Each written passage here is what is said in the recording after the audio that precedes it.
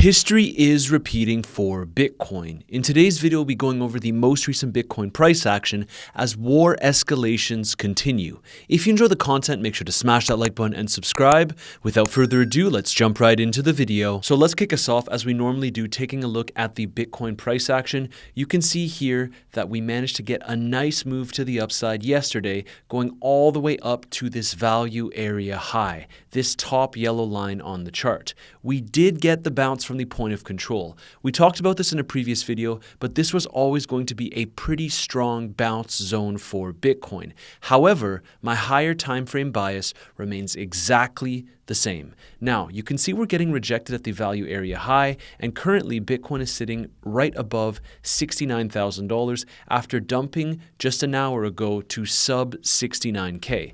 This is just general bear market chop, but I do believe that history is repeating for Bitcoin. If you're new to the channel, I've been shorting Bitcoin for quite some time. You can see that I'm currently up around 150K and I've realized around 300K on this trade. I am holding out on this trade for a little bit lower. Now, on the higher time frame over the course of this year, I do think that there will be an excellent opportunity to accumulate Bitcoin from a spot portfolio perspective. That's at least what I will personally be doing. And on that note, please remember that nothing I discuss on the channel should be construed as financial advice. I'm just a guy on the internet sharing all of his own personal trades and his overall market analysis. Now that we got that out of the way, my longer term accumulation zone for Bitcoin looks like this after we could potentially sweep all the way down to this August pivot from 2024. This brought Bitcoin all the way down to around $49,000 before getting a significant move to the upside. So, where would I start slowly dollar cost averaging into Bitcoin? Well, if you've been tuning into the channel, you know that I've talked about sub 60K for quite some time.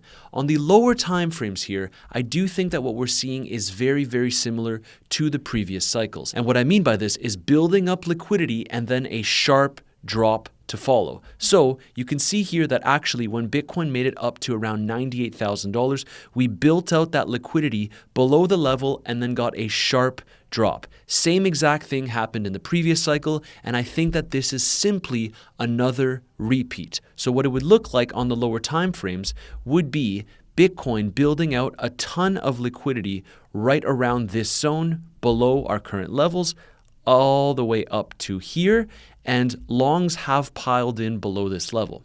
Once we confirm a break below this trend line, things could get pretty aggressive for Bitcoin to the downside. Now, in the short term, where would be a potential bounce zone? Because right now you can see that Bitcoin is trying to hold this level right around $69,000. It's right around here. If we can manage to hold this level between the point of control and the value area high, there is a chance that Bitcoin could get another move to the upside. However, my higher time frame bias remains exactly the same. I think that Bitcoin will likely move lower. That's why I'm continuing to maintain this swing short in the market. Now, some of you are day traders, you watch my channel and you argue with what I have to say, but guys, I'm holding onto this position for much, much longer. And that's actually the beauty of being a swing trader. You have to just enter a couple of high conviction trades and you're essentially good to go. If you've been watching the channel for a while, when Bitcoin initially dumped to around $80,000 here, I actually went long and took advantage of this big move to the upside. This was over a 25% move. Then I went short around here, and you can see that I'm continuing to hold on to this position after securing some profits. Guys, if you want to see how I am personally trading the market, please remember you do have that first link in the description down below. If you DM me the keyword CBM on Telegram, I'd be more than happy to onboard you into my premium group, which is essentially all of my own personal trades. All I do in this group is share what I am currently doing in the market on a day-by-day basis. Sometimes there's simply no adjustments to my trade, and that makes it relatively easy. So if you want to know what I am personally doing with my own capital in this market before I come on the YouTube channel, make sure to join me with the first link in the description down below. It is free. The only requirement is that you have to sign up with one of my affiliate exchange links and you start trading on there as you'd normally do. So The stock market is also at an interesting level. We covered this in yesterday's video, and this is pretty pivotal support for the stock market. So if we start losing this massive support level, well, things will get ugly for crypto. However, so long as stocks can manage to hold on to this level, we can see another little move to the upside, and this would bode over well for Bitcoin. But it doesn't change the higher time frame analysis. I do think that we're going to get a phenomenal opportunity this year.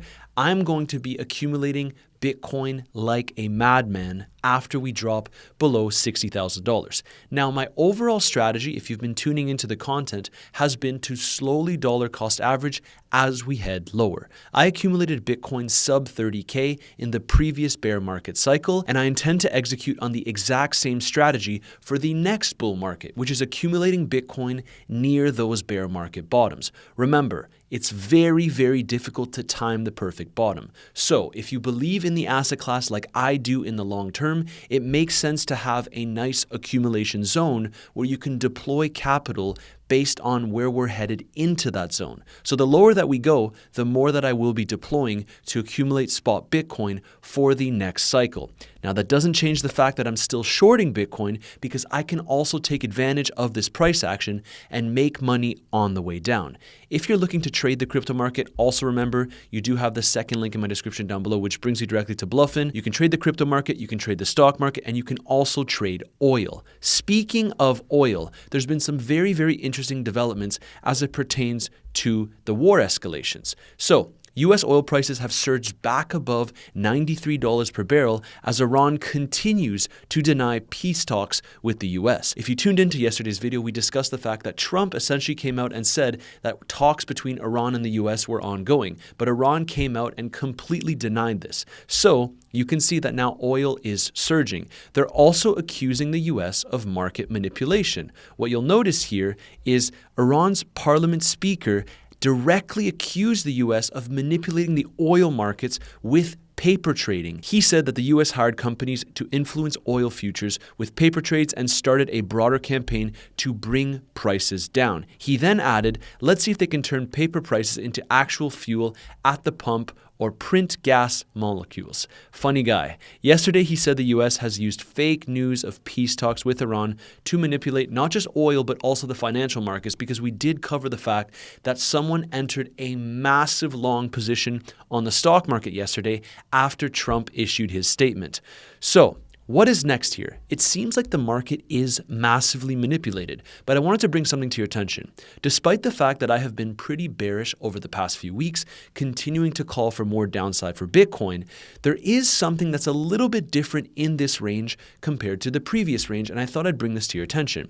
What is different here is actual bids at these current price levels. So at the previous range here, before we broke down, we had way less passive demand. At this point in time, you can actually see that Bitcoin does have some pretty solid passive demand, and what this actually translates to is the price holding up better than last time. So it doesn't mean that Bitcoin won't dump. In fact, it's still my expectation. But what it does mean is that it should, in theory, be a little bit more difficult for Bitcoin to immediately nuke from these prices. We also have to remember that the last time around, Bitcoin chopped around for approximately, around 55 days before starting the move lower.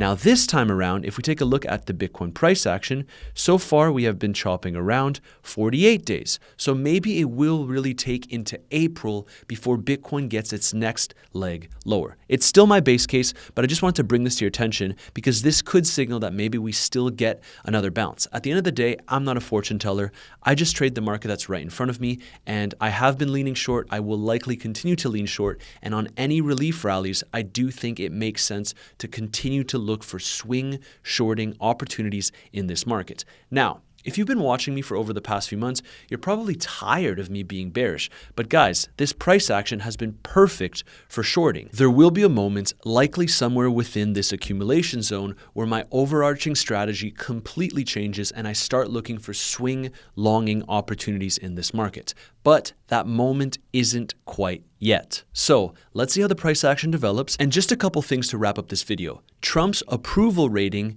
falls to 36%, which is the lowest since the return to White House. And as we've been discussing war escalations, Saudi Arabia's prince has been pushing President Trump to actually continue the war against Iran. This just came out today. US-Israeli military campaign presents a historic opportunity to remake the Middle East. Iran poses a long-term threat to the Gulf that can only be eliminated by actually getting rid of the government. The US should consider putting troops in Iran to seize energy infrastructure and force the government out of power. The Iran war is now nearing its 1-month mark. And the last thing I wanted to cover in today's video, just a little bit of banter here. Trump, you have 48 hours to comply. Iran, nobody cares. Trump, you have a week. The art of the deal. And that sums up today's very quick video update. If you enjoyed the content, make sure to smash that like button and subscribe. As always, I have my bluff and leverage trading tutorial right here, and I'll see you in the next video.